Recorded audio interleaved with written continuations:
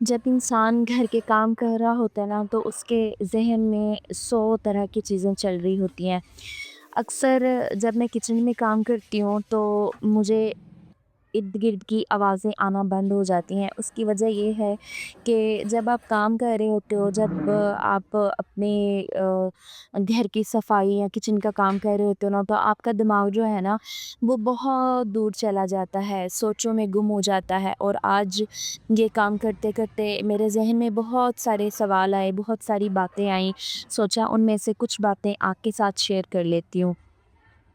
عورت جب شادی کر کے کسی گھر میں جاتی ہے نا تو اس کے 100 طرح کے ارمان ہوتے ہیں. میرا گھر ایسا ہوگا، میرا گھر ویسا ہوگا، اور جب میں اس گھر میں جاؤں گی میں اپنے گھر کو اس طرح سے سجا کے رکھوں گی، اس طرح وہاں پہ رہا کروں گی، سکون کی زندگی ہوگی. ایسے بہت ساری باتیں.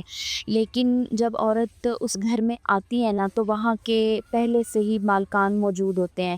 میں یہ نہیں کہتی کہ ان مالکان کو وہ گھر چھوڑ کے چلے جانا چاہیے، لیکن آنے والوں کو اسپیس دینی چاہیے. آنے والوں کے لیے ایسا ایک کہتے ہیں نا کہ انوائرمنٹ دے دینا چاہیے جس میں وہ رہیں، وہ بھی اس گھر کو اپنا گھر فیل کریں.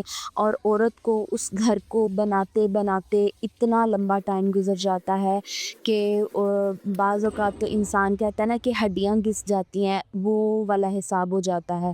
ٹھیک ہے. اور جب عورت اپنے سسرال میں جاتی ہے اس کو اپنا آپ منوانے کے لیے اپنی ذات کو مٹی کرنا پڑتا ہے.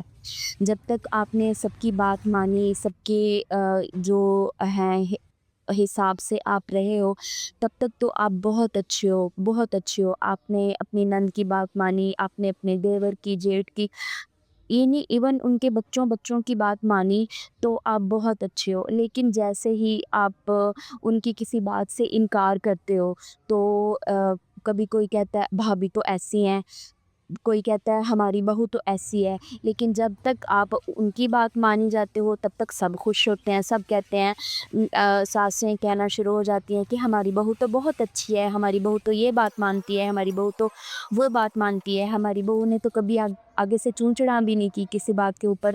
لیکن اگر بہو یہی کہہ دینا کہ اس ٹائم کا کھانا میں نے پکایا تو دوسرے ٹائم کا کھانا جو نند گھر میں رہ رہی ہے وہ پکا لے، بے شک رسپیکٹ کے ساتھ ہی کہا جائے، تو وہ بہت ایک بڑا نا بن جاتا ہے ہوا سا کہ یہ ابھی آئی ہے، اس نے یہ بات کیسے کہہ دی، یہ کون ہوتی ہے ہمارے گھر میں بات کرنے والی. اور یہ ہمارے معاشرے کی نا مینٹالٹی ہے کہ اپنی بیٹیوں کو ہم اپنی بیٹی کنسیڈر کرتے ہیں، لیکن جب کسی کی بیٹی ہمارے گھر آتی ہے تو ہم اس کو بیٹی نہیں سمجھتے. ہم اس کو یوں سمجھتے ہیں کہ یہ آ گئی ہے تو بس اب ہم اس کو اپنے حساب سے چلائیں گے، اس کو ہم اپنے گھر کے طور طریقے سے سکھائیں گے. میں یہ پوچھتی ہوں کہ آپ کس خاندان سے ہیں؟ کون سا ایسا شاہی خاندان ہے آپ کا جس کے طور طریقے سکھانے کے لیے آپ کو کسی کی پڑھی لکھی بیٹی کی ساری ڈگریاں، ساری اس کی جو تربیت ہوتی ہے اس کو ایک سائڈ پہ رکھنا ہوتا ہے، اور آپ نے اپنے اس شاہی خاندان کے جو اصول ہوتے ہیں، جو روایات ہوتی ہیں، وہ سکھانی آپ اتنا زیادہ ضروری سمجھتے ہیں؟ تھوڑی بہت چینجنگ تو ہر انسان کو کرنی پڑتی ہے کسی حالات میں ایڈجسٹ کرنے کے لیے، کہیں رہنے کے لیے. لیکن یہ کیا طریقہ ہوا کہ آپ کسی کی بیٹی کو سر سے پاؤں تک بدلنے کی کوشش کریں؟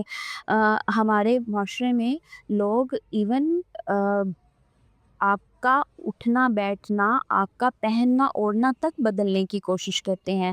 اور ہم لڑکیاں، ہم اپنے گھروں کو سنوارنے کے لیے، اپنے گھروں کو بنانے کے لیے اتنی تگودو کوشش کرتی ہیں. ہم صبح سے لے کے رات تک اپنے گھر کو سنوارتی ہیں، سجاتی ہیں، اور ہمیشہ کوشش کرتی ہیں کسی کا کسی بات پہ موڈ نہ آف ہو، کوئی ہماری کسی بات سے جو ہے نا وہ ہرٹ نہ ہو، تاکہ ہمارا گھر کا جو ماحول ہے وہ نہ خراب ہو، ہمارے گھر کا انوائرمنٹ اچھا رہے، سب کے موڈ اچھے رہیں. اور اس سے زیادہ، سب سے زیادہ امپورٹنٹ کہ ہمارے ہسبینڈ کو شکایتیں نہ لگیں، ہمارے ہسبینڈ خوش رہیں اور وہ ہم سے اچھے طریقے سے بات کریں.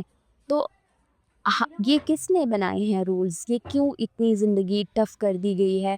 کیوں ایسا نہیں ہو جاتا کہ ہم جب ایک گھر میں جاتے ہیں تو لڑکیاں بھی اپنے سسرال والوں کو اپنی ماں باپ کی طرح پیش آئیں، اور جو ماں باپ ہیں، ہسبینڈ کے ماں باپ ہیں، وہ بھی پیار محبت کے ساتھ پیش آئیں۔